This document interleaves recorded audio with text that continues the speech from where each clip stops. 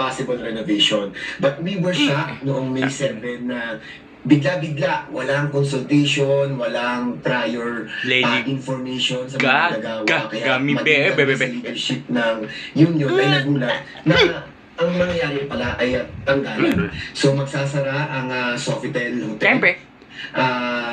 At tinatanggal nila yung nila na dahilan doon sa notices of termination ay pinamigay nila ay dahil daw sa allegedly unsafe condition. Pero doon kami nagtataka kasi unang-una, kung unsafe yung condition ng hotel, bakit this year, bakit hanggang ngayon ay nagtatanggap pa rin ng bookings? So anong ibig sabihin ba nun? Pinuput at risk yung buhay ng mga manggagawa, ng mga guests, etc. So kaya pinagkataka namin, unsafe ba talaga yung building o yung hotel? Kasi common naman na mayroong mga incidents, mga accidents sa kahit na anong establishments. At doon sa safety audits na kinandak ng company, nakalagay doon, wala naman nakalagay doon na nare-recommend na isarado yung hotel. Because ayusin lang, magkaroon lang ng mga preventive measures para maiwasan yung mga sakuna. So with that, we don't think na necessary yung isarado yung hotel at worst ay tanggalin yung mga manggagawa. So kaya sa gulat ng union, ang pinaka-immediate na ginawa nila while we don't while we also consider filing a formal illegal dismissal case against the Sofitel management. Pero ang immediate na ginawa ng union ay nag-file ng notice of strike sa Department of Labor.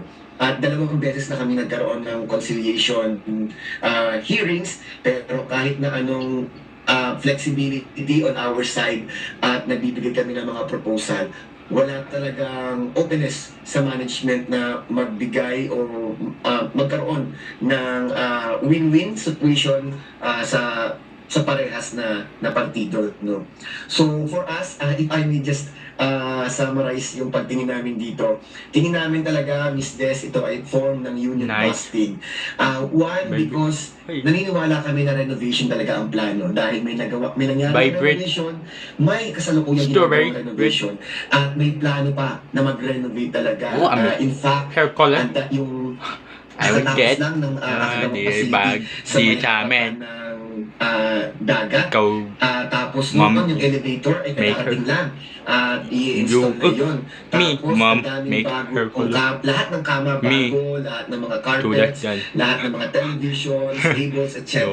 No? So talagang nandoon yung pag-improve ng facility, yet the decision is to terminate their workers. No? At nakakapagtaka pa, Miss Des, dahil yung kontrata nila doon sa may-ari ng lupa na yung GSIS ay hanggang 2041 pa. So ibig sabihin, ay 17 years pa para mag-operate. And they are even applying for additional 25 years. So nakakapagtaka dahil may plano yung company, yet hindi sinasabi sa amin sa union kung ano ba yung plano nila. So nakakalungkot yun dahil managed din sila ng Accor at yung Accor ay France-based na company. So kinakailangan sa international, no? Kasi nakikita namin na may violation yung ginawa ng Sofitel management. May violation yan sa French due diligence law, sa OECD guidelines for business operating in multinational companies, at sa kasunduan nila with the